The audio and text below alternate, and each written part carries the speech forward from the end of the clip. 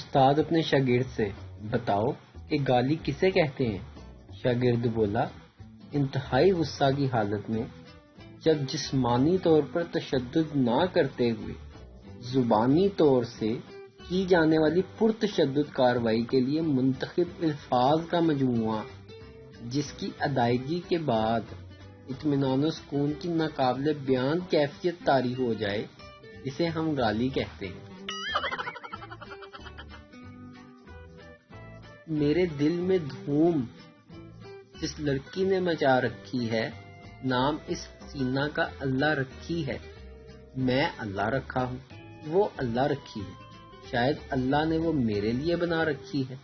کہتے ہیں وہ رکھی ہوئی چیز ہی کام آتی ہے، اس لیے میں نے بھی رکھی سے لگا رکھی ہے۔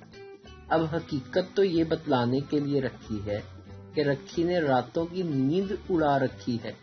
یہ کیا تم نے رکھی رکھی لگا رکھی ہے؟ کمبخت رکھی نے تو کسی اور سے لگا رکھی ہے۔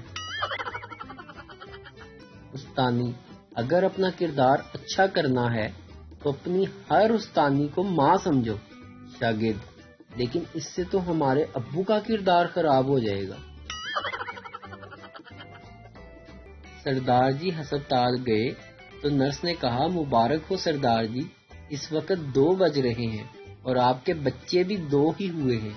سردار نے لمبی سانس لیتے ہوئے کہا، شکر 12 بجے نہیں آیا میں۔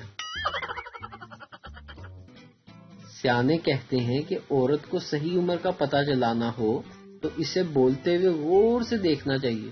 جو عورت بات کرتے وقت زیادہ منہ کھولے اس کی عمر بھی زیادہ ہوتی ہے، اور جس کا منہ کم کھلے اس کی عمر بھی کم ہوتی ہے۔ میں نے تجرباتی طور پر اپنی ہمسائی 80 سالہ اماں سے پوچھا کہ اماں، کیا یہ بات سچ ہے کہ جو عورت بات کرتے وقت کم منہ کھولے اس کی عمر بھی کم ہوتی ہے؟ اماں نے چونک کر میری طرف دیکھا اور پھر ذرا سا منہ کھول کر بمشکل بولی، پتر مینوں کی پتا۔